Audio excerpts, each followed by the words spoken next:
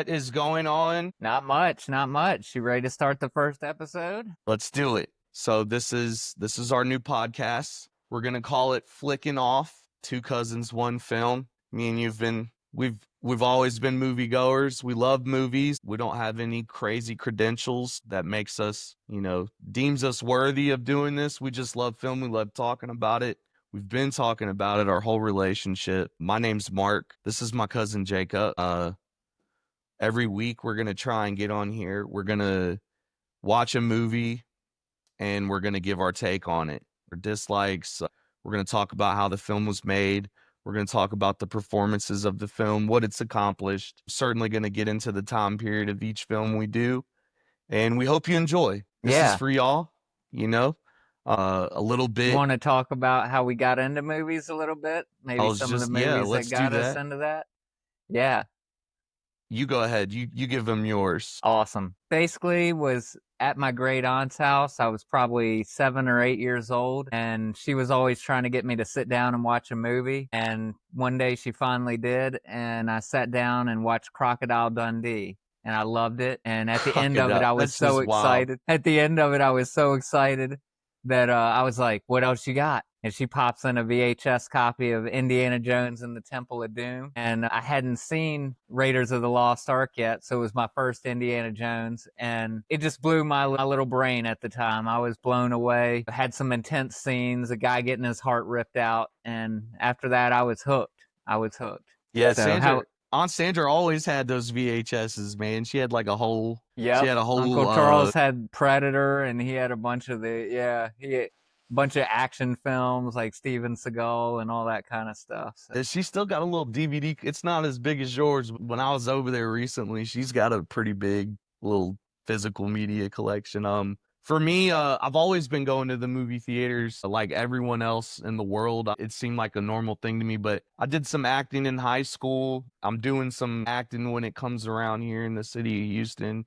I've always loved getting in front of people and performing, and I've always liked being someone that watches the performance too. I love film. I think I really seriously got into like movies and just not picking it apart or anything or giving my take, but just enjoying it for what it really is. And my dad used to take me to the movies every other weekend that I would get to visit with him after my parents got a divorce. So we were always in the theater, but he took me to this one particular movie that like really blew me away. It was called The Core, and it's starring Stanley Tucci and Hilary Swank. And what's that guy's name? I can't think Aaron of it. Eckhart.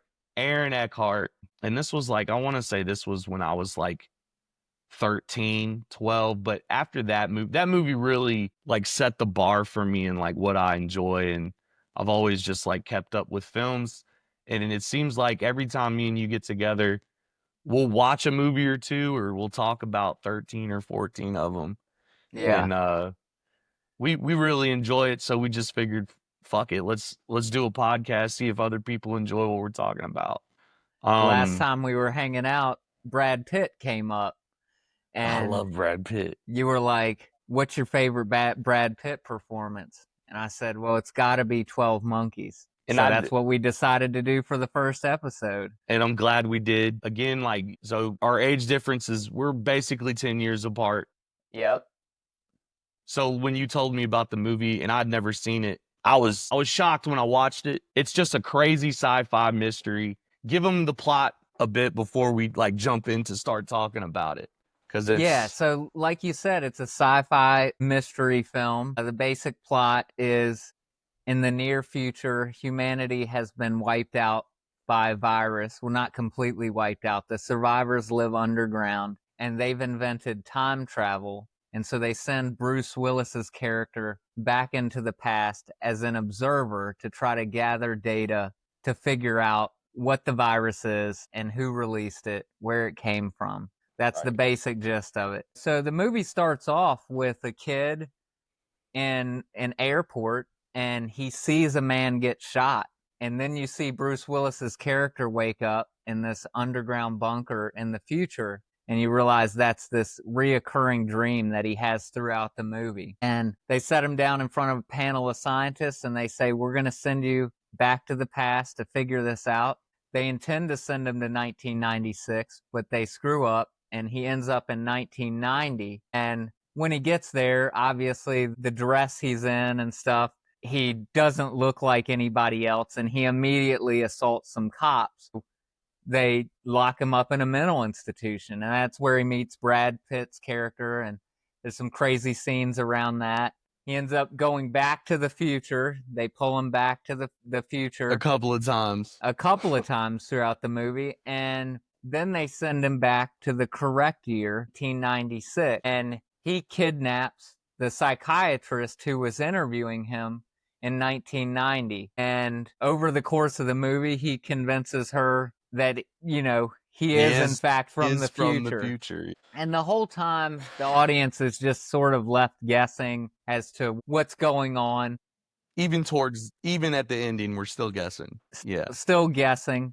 There's a lot that happens in the middle as far as, trying to figure out who the army of the 12 monkeys is. And, you get thrown some curveballs. You think it's Brad Pitt who maybe released this virus because you find out his father is a prize-winning virologist. And then in the end, you get to the final scene and you realize that the airport and the place they were in is the reoccurring dream that he's been having the whole time. Bruce Willis's self as a child was there and witnesses his future self get killed trying to stop this virus from being released. That's the loose plot of it. Like I said, there's a lot that happens in the middle, lots of interesting stuff.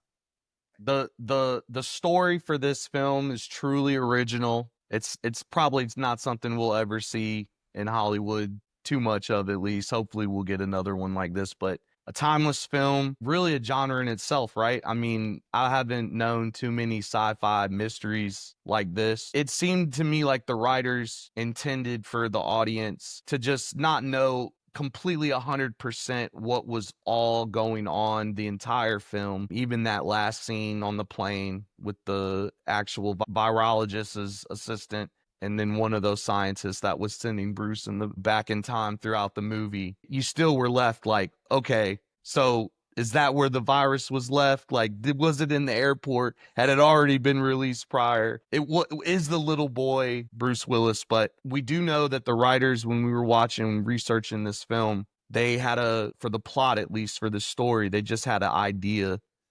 And it was loosely based on this film, a French film. I forget what it's called. What was that film called, Jacob? La Jetée, and it was in 1962. And it wasn't a normal movie. Like this movie that came out, La Jetée, was a still movie that just showed pictures. And essentially the idea was that the main character in the film sees his own death. Like he sees it before it happens. And that's exactly what was happening throughout this film. Bruce Willis's character kept having the dream of him being shot in the airport, but you don't know as an audience until you get to the end very scene. End, yeah.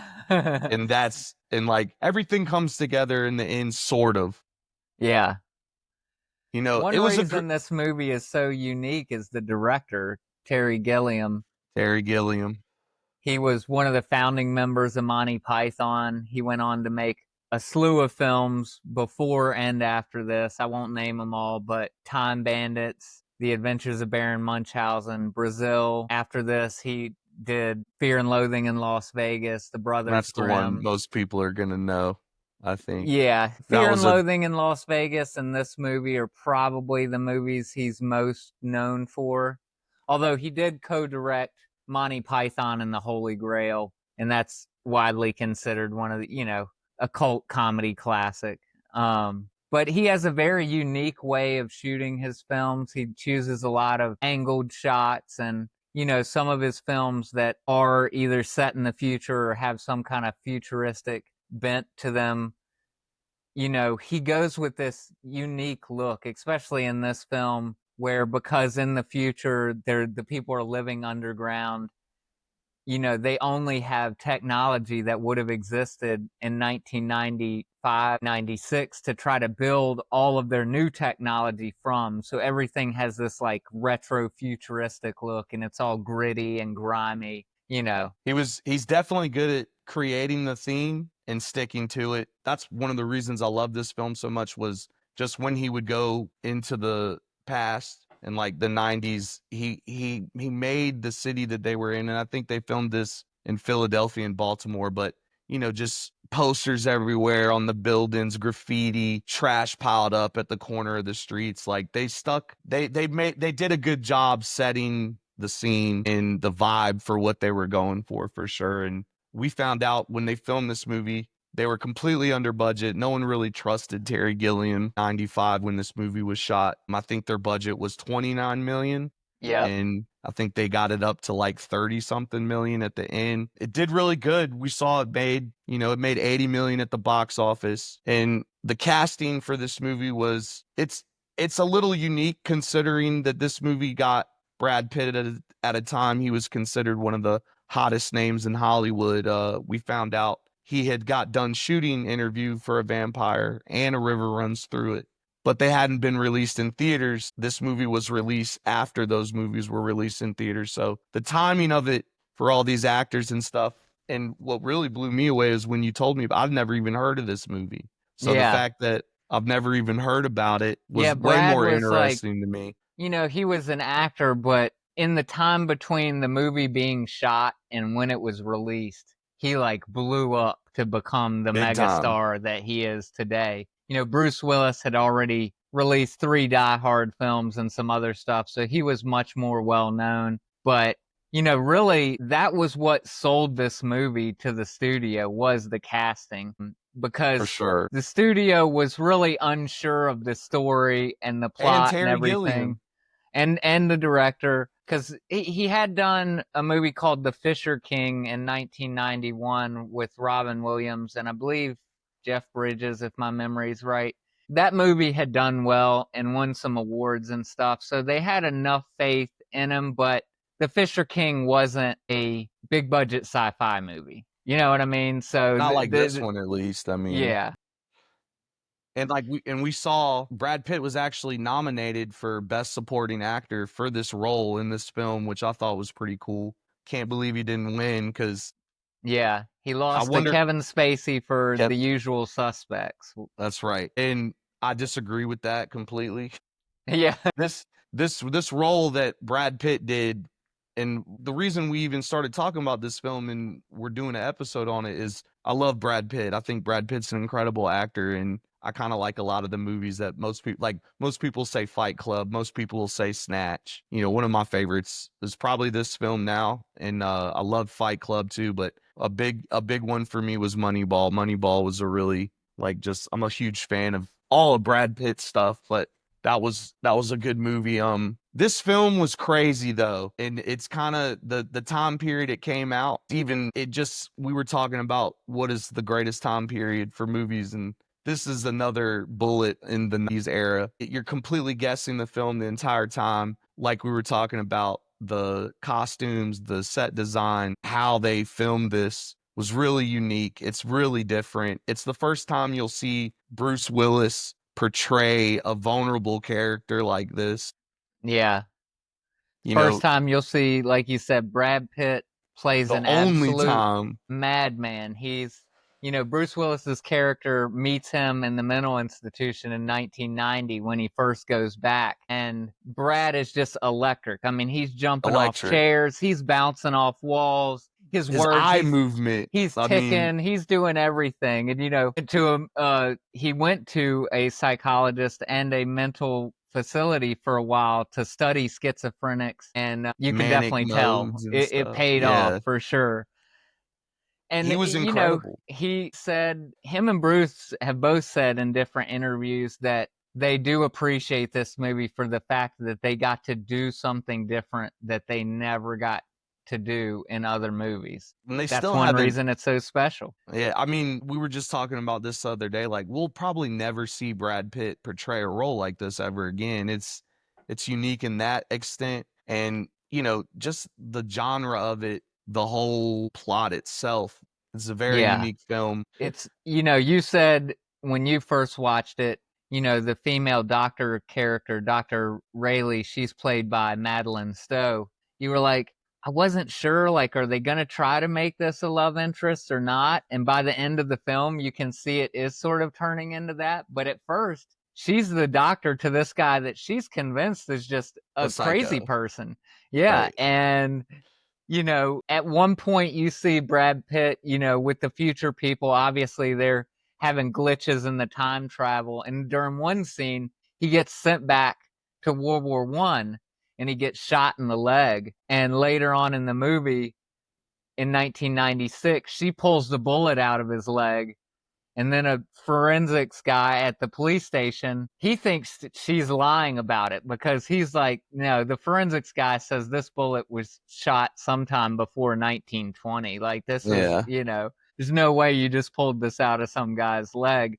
And that's one of the multiple convincing factors that gets her to realize, like, oh, this is the real deal. Like, this guy is really traveling through time, you know. And that part of this plot, that part of the story is what made this movie, I think, great to me, because you don't see too many relationships like that on film where it's like this woman completely just thinks this guy's nuts. Bruce Willis kidnaps her in the film. She definitely thinks he's nuts now, but throughout the film stuff keeps happening, and then the bullet scene you just said, she completely flips and she believes him now, and then they're running away together. You mentioned that it was filmed in Baltimore and Philadelphia. They had found these two old power plants to use for a lot of the underground future scenes. Just dilapidated buildings that were more expensive to tear down than it was worth. So they just got left there.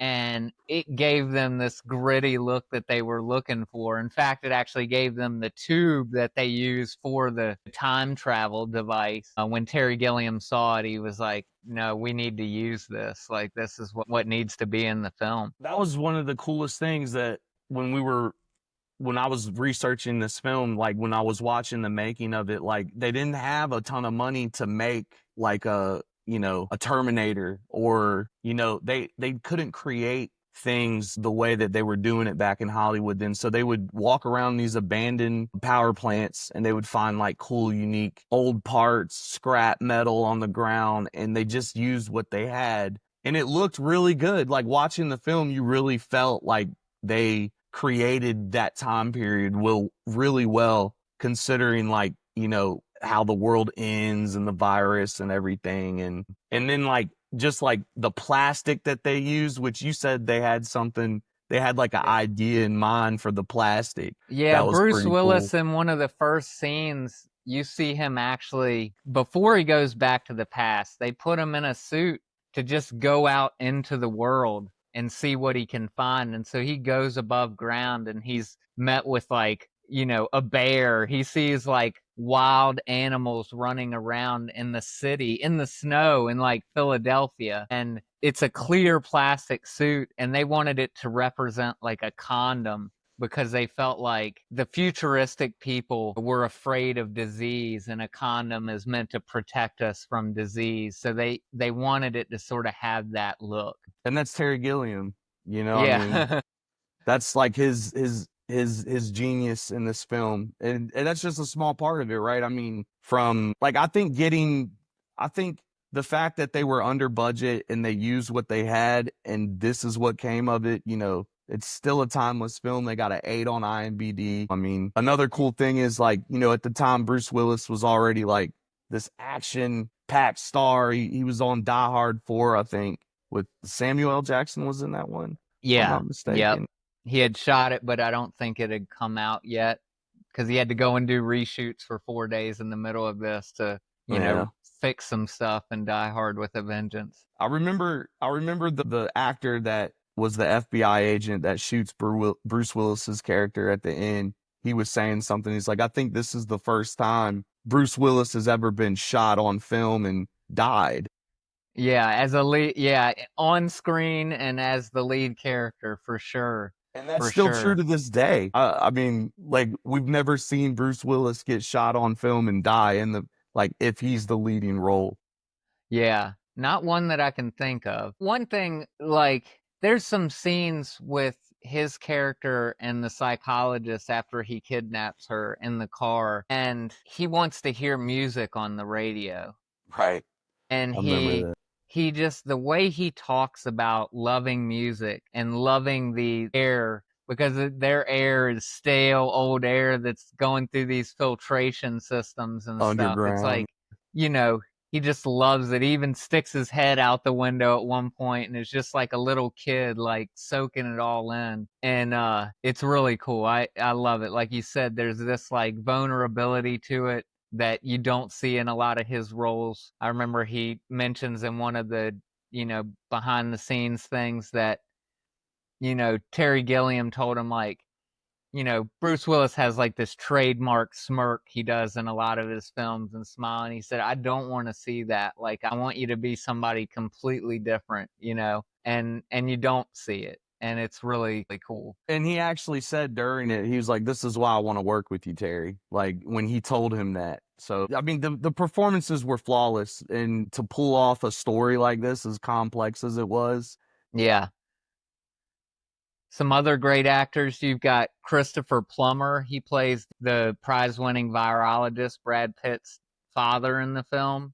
Yeah. And Is he David still Morse. alive? That's a good question. I'd That is have a to good look it question. up. David Morse is the character that's his assistant, who's actually the one who releases the virus at the end of the He's been in a film. buttload of And he's films. been in a bunch of films as well. He's awesome in everything he's in, too.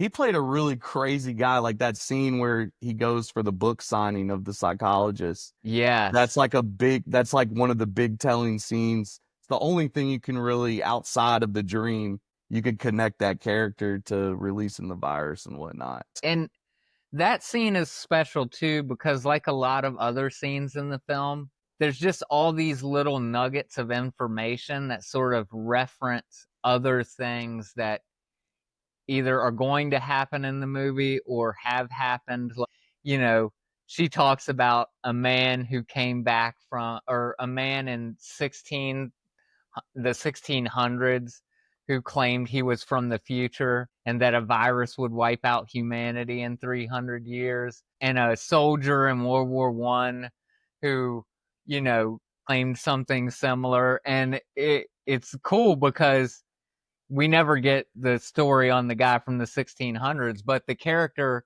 from World War I was actually like Bruce Willis's cellmate in the Right. underground bunker in the beginning of the movie, who was also sent on a mission back to the past to try to figure things out. And so the audience is like, just you're You're like, eating what it the up. fuck You're the like, yeah, entire you're time. loving it. And Yeah. No, go ahead. tell him that the Easter egg too in the church, in the abandoned church scene where like those two homeless people attack Bruce Willis's Yeah, character. This is pretty cool. this was just like, I mean, it was pure coincidence, but it was so cool. Bruce Willis at one point says, all I see around me is dead people. And this was a year before The Sixth Sense came out. And, Haley Joel Osment's character in The Sixth Sense, the young boy, says, He's I the one see that dead has, people. And that yeah, became like, one of the most iconic famous line. movie quotes of all time. So when that happened, me and my wife were just looking at each other like, what? That is crazy. Like, that is insane that happened. I didn't even notice that my first watch through either. Like Yeah. it didn't click until you had said something to me about it. But that's just weird. I think that was the universe prepping us for like another iconic Bruce Willis film, which I think that's Yeah. honestly one of his biggest, if not his biggest film that he was in. Yeah. Outside of like the Die Hard series and whatnot. Yeah. Probably. Yeah. I mean, I know Uh, you mentioned one time Armageddon. At the time that Oh, came out, it was huge, that but was a it's huge one. it's aged not that well. I don't know many people who really enjoy the movie Armageddon, but We I don't personally, but that's just, it is what it is. It's one of those movies that like slayed in the box office Yes. because of the time period, and it was a star-studded film too. I mean, it wasn't just Bruce Willis. They had Ben Yeah. Affleck in the Yeah. earlier part. Well, he was a really hot name in Hollywood during that time too. I think he had just got on the scene with that film he did with Matt Damon and Yeah. Robin Williams. Yeah, I mean, dude, this is just what was why we wanted to do an episode on this film, was just the uniqueness of not only the story, but the roles that these actors portrayed during the time period of their career. It's really different. And it kind of like there's all these like Easter eggs that glue it together, like we just said. The Yeah. Sixth Sense line is crazy. Some of the other ones were the main logo that you see at the beginning that says 12 monkeys. It's like this red circular image with 12 monkeys hanging off of it.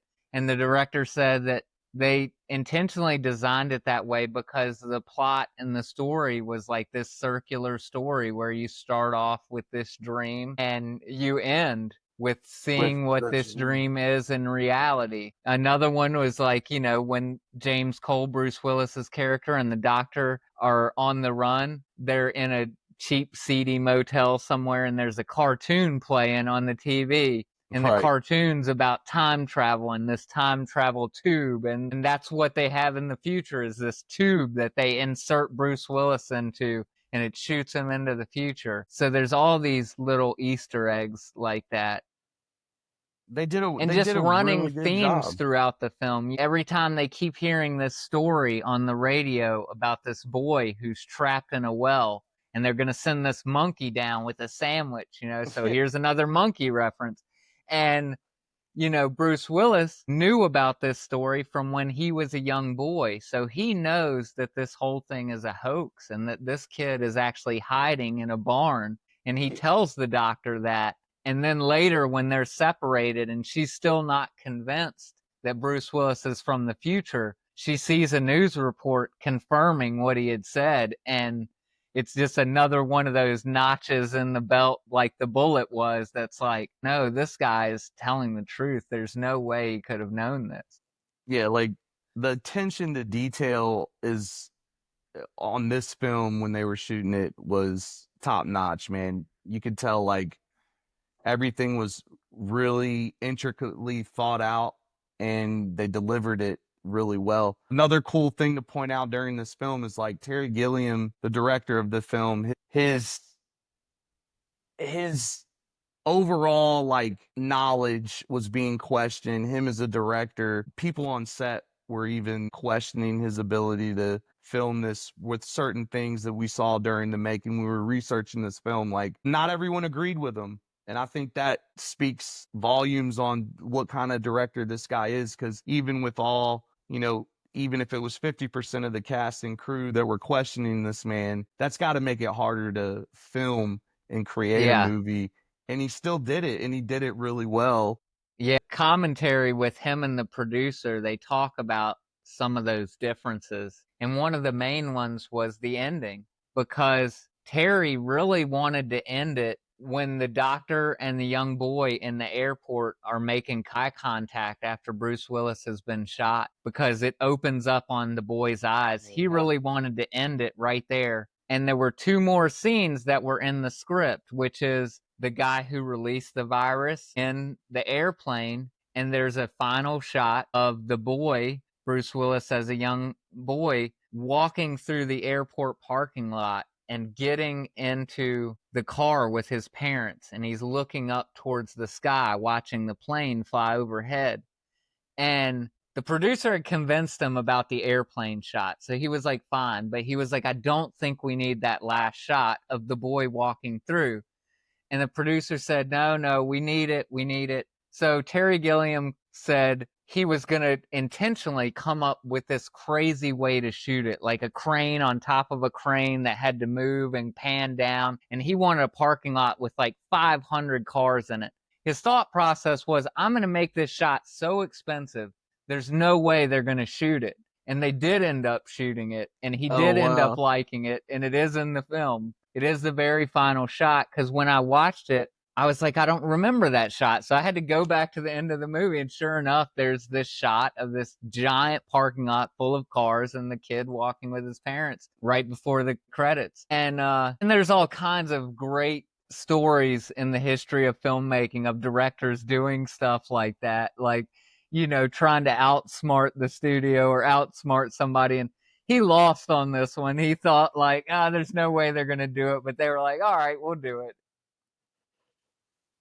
Yeah, I mean, I can't think of the last time I watched a movie and at the end you can give so many different takes on it. I mean, your interpretation of the film is what the film is, and I think that's beautiful. I think that that's hard to do, that's hard to accomplish, I think, and they did it really well. I mean, even I mean, this is one of your favorite movies. You own the movie. You've been a fan of this movie since it came out, and I had just seen it, but even then, like when we rewatched it, we had different takes the last couple of times we watched it. Like new things would present itself, and you'd catch that, and you'd be Yeah. like, "Wow!" So, I mean, You that just mentioned speaks that the in the final airplane scene, you see the guy who is releasing the virus. He's released it in the airport already. He right. didn't know he was going to do that. He thought he was going to wait till he got somewhere else. He's got all these plane tickets because you see him at the boarding counter.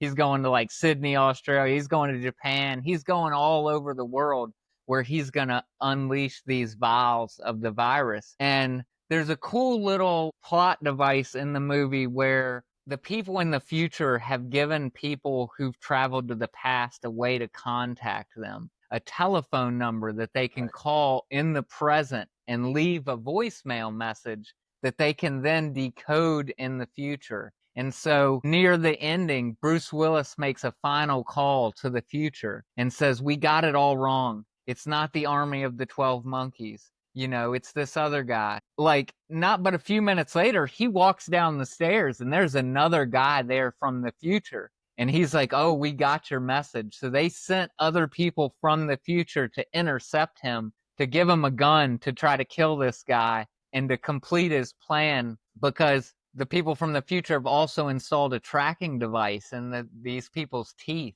And Bruce Willis knows this and has ripped his teeth out. And this guy from the future is like, "What are you doing?" Like, you know, they're They onto you. still They're know, going to yeah, they track know you. what's They're going to going on. find you, like wherever you are. And then in that final scene, because he had made this phone call, you see one of the scientists from the future sitting on the plane next to the guy who's going to release the virus. And they introduce themselves to each other as people used to do on the planes way back in the day when they didn't have anything else to do but talk to the person next to them, right? Way different today.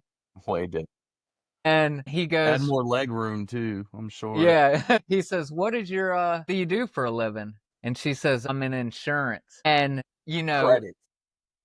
it's like, you know, it's a great line because it's alluding to the fact that she's an insurance policy in case Bruce Willis's character doesn't succeed. She's there to intercept the virus. But what she doesn't know, but the audience knows, is he's already released it. So it definitely does leave open the question of, were they able to contain the virus, you know, to Or was only that this even what they areas were where he trying to released do? it?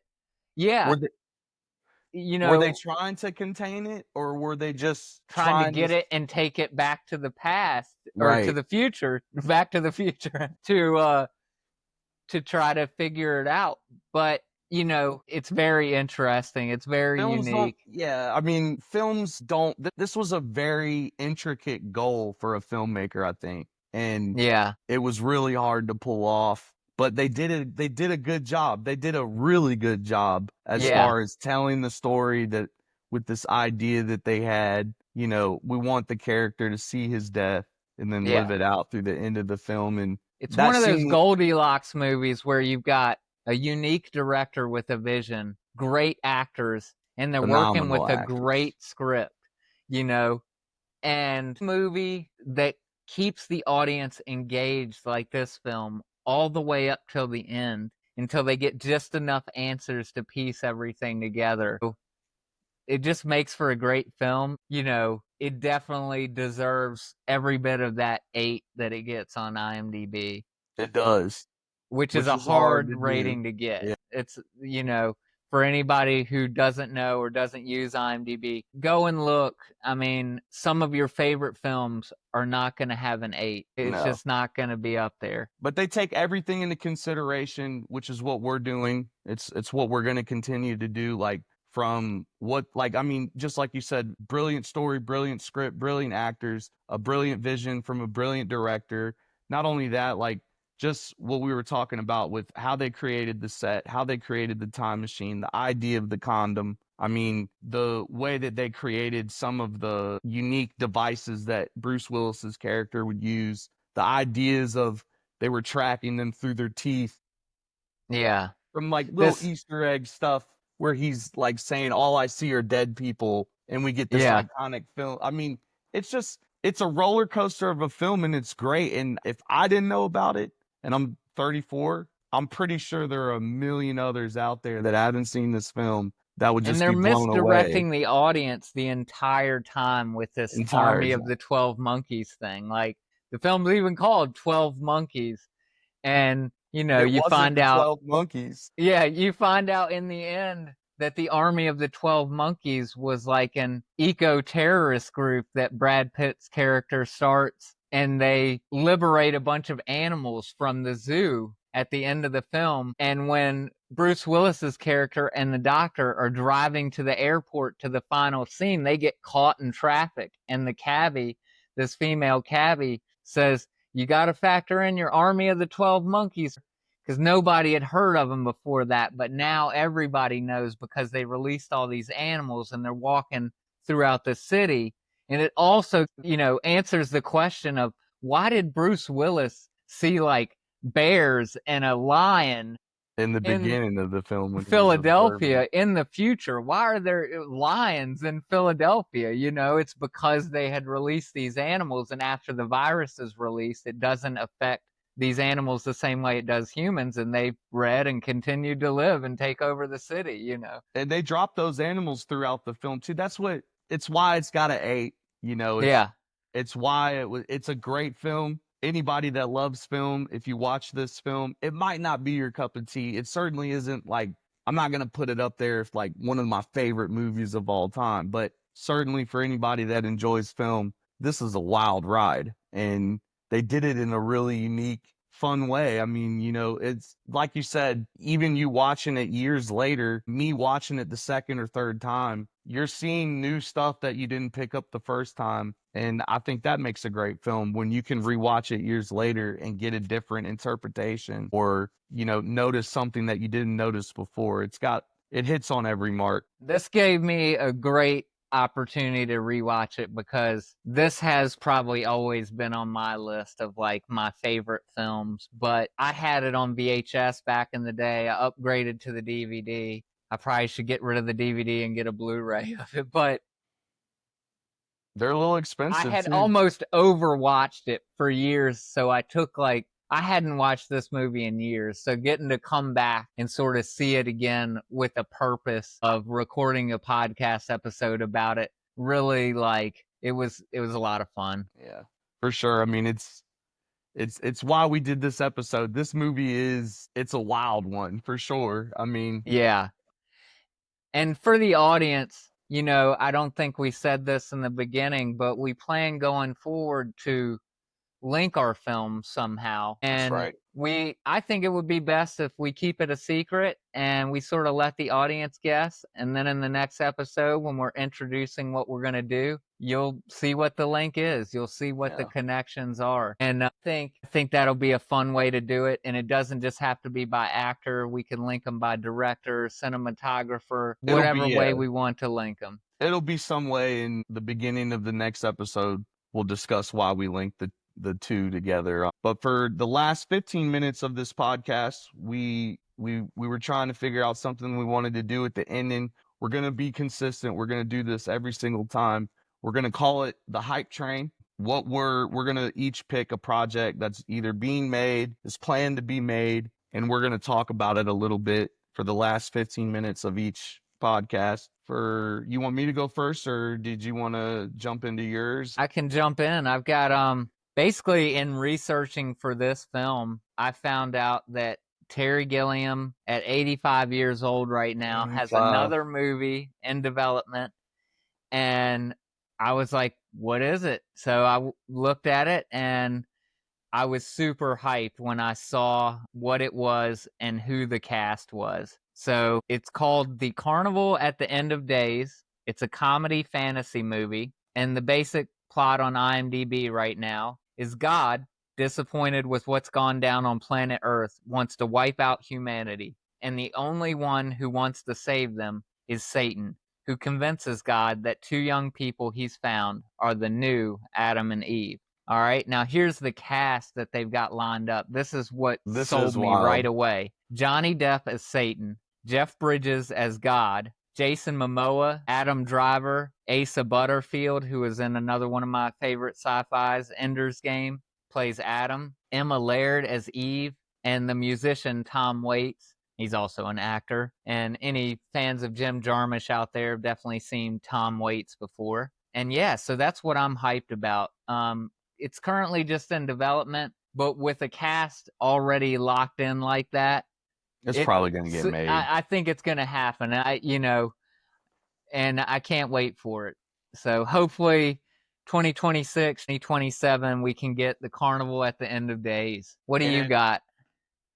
for me, I'm gonna go into Constantine 2. It's a sequel, damn near 20. It is 20 years. The first one was released in 2005, so we're essentially getting another sequel, just like we did Avatar 2. You got to wait 10 or 15 years for the sequel, but that's neither here nor there.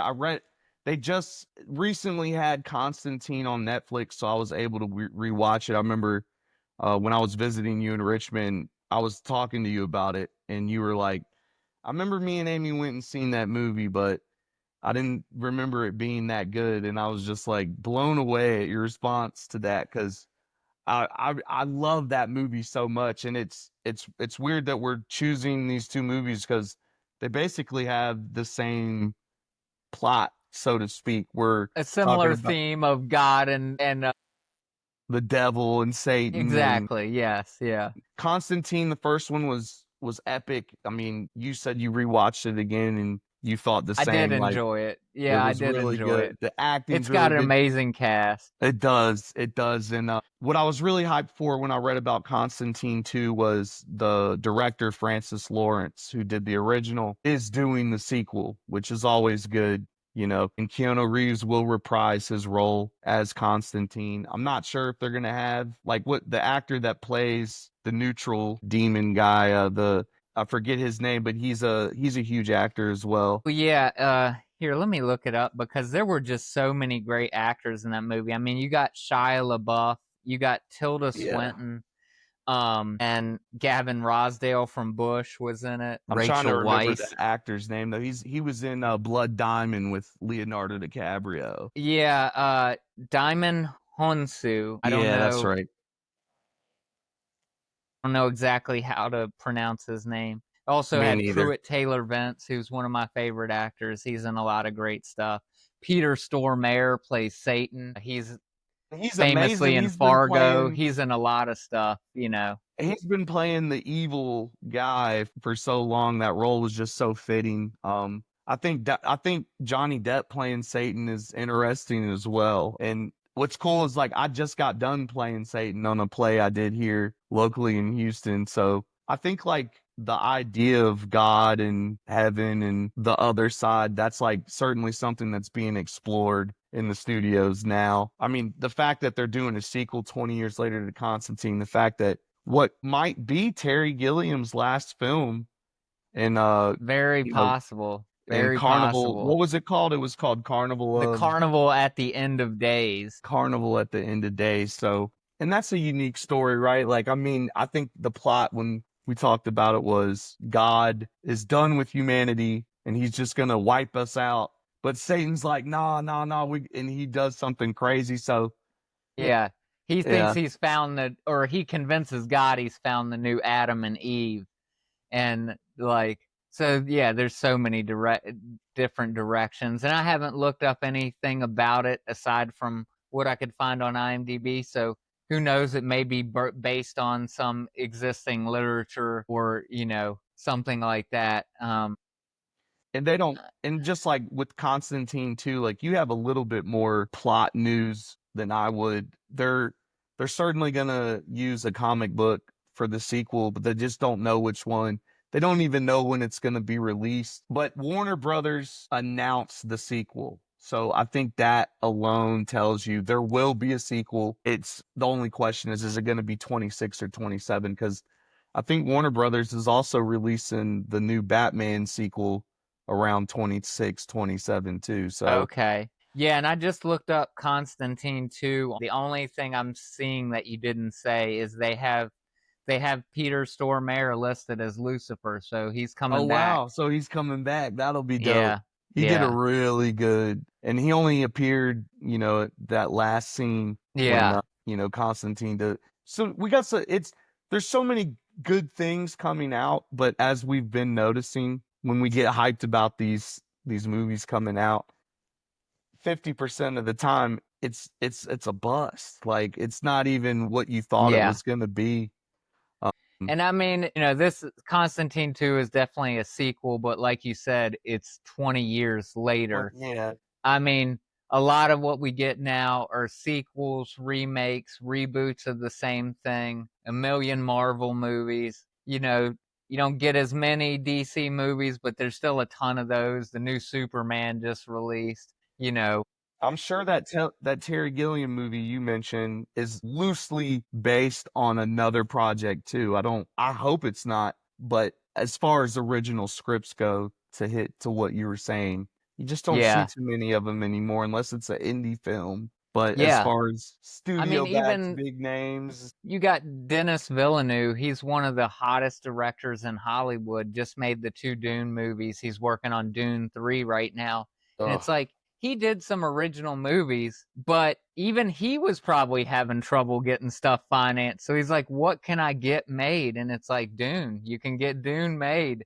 And And what a he did brilliant it choice. justice. Yeah, he did it. Wh- He did it a lot of justice. It's really good. And It's I'll be hyped when 3 comes out for that too. I'll save that or I'll let you save it for a future what's hypening, or man, that was our alternate name for the hype train. But I mean, dude, when the sequel was coming out, I was talking about it the whole way up. I was like, I can't wait for this film. And I rewatched it last night. That was my third watch through. And it's just phenomenal the way that he shot these scenes with the music. The music is it's almost as good as like that Star Wars theme music with the horns and the percussion. yeah, It's very unique. He used a lot of light prisms in his shot where like yeah, it's just phenomenal. But that is going back to what we were saying. That wasn't an original script. This yeah. was a A a famous rein sci-fi novel that was a remake of a movie of that a bombed David in the Lynch box film in office. 1984. I think the original Dune came out. And it was And a bomb. It was a bust. It didn't do good in the box office. It didn't put a lot of butts in the seats. And when you watch that old one, it certainly is not on any realm of greatness that these Dune series now are. yeah. And for anybody just looking for good films in general, watch everything that Denis Villeneuve has made. I mean, Everything. Ex Machina, Prisoners, Arrival, they're all great films. Yeah. Yeah, so I think we did it. We did the first episode. I think so. That was So, pretty cool. anybody who's watching this, tell your friends, tell your family, get other people to watch it, and go in the Yeah. comments section wherever you're seeing it, whether it's Twitch, YouTube, wherever, and let us know what you think. Let us know what we left out that you wanted us to talk more about 12 Monkeys. If you haven't seen 12 Monkeys, go and And watch it. you hadn't seen it and you watched it because of this podcast, you don't got to follow us or anything, but at least tell us. We'd like Yeah. to know. We'd like to hear about it. We certainly want the audience to be more involved as we go forward. And we're gonna tell you how we link these films going forward. We're gonna continue with the hype train. There's a bunch of stuff coming out. I've even been doing my research that we can certainly talk about up here and get people hyped for. And we love talking about movies, man. If you got any ideas or you want to get in contact with us, we'll have all our social medias at the bottom when we release these videos. We're gonna mainly release it. You'll be able to watch this anywhere you'll be able to watch a podcast, and we'll have it on a YouTube channel as well. Yep. And like you said, I think going forward, we'll be looking to integrate some things that people have to say or people want to add to episodes. So, yeah, give us all the feedback. Yeah, even if it sucks, you think it's crap, we want to hear about it, okay? We want to engage, and we certainly want people. I mean, this is why we're doing this. We want people to, just get a little bit more involved when you're watching movies, Yeah. I hate watching movies with people that talk through it the whole time, or just don't even. I get a little upset when they don't appreciate like what I appreciated about it, or they just didn't even notice something, or you Yeah. know. And just for some context for the audience too, little behind the curtain stuff. This is our fifth time recording because we've Oh had my all God. kinds of technical difficulties. We've tried different software. And so hopefully that it still felt fresh and still felt new, but Yeah, this was like definitely our fifth time talking about this film, yeah, and and we've got it figured out now. So moving forward, everything should feel fresh and new, and we're excited. yeah, and I will say this, I just want to shout out to Riverside. The website is functional, and it seems a little too much to ask for the people over at Zencaster to have a Yeah. functioning website. Shout out to Riverside. Give us a sponsorship if you want to, guys. We'll take it. Yeah, we'll take it. We'll take it, man. But we hope you enjoyed this episode. Again, my name's Mark. This is my cousin Jacob. We're gonna come to you every week, and we're gonna break down a film and Flicking off. Two flicking cousins, off, one baby. film. So enjoy the rest of y'all day, guys. Let us know what you think. Peace. Peace.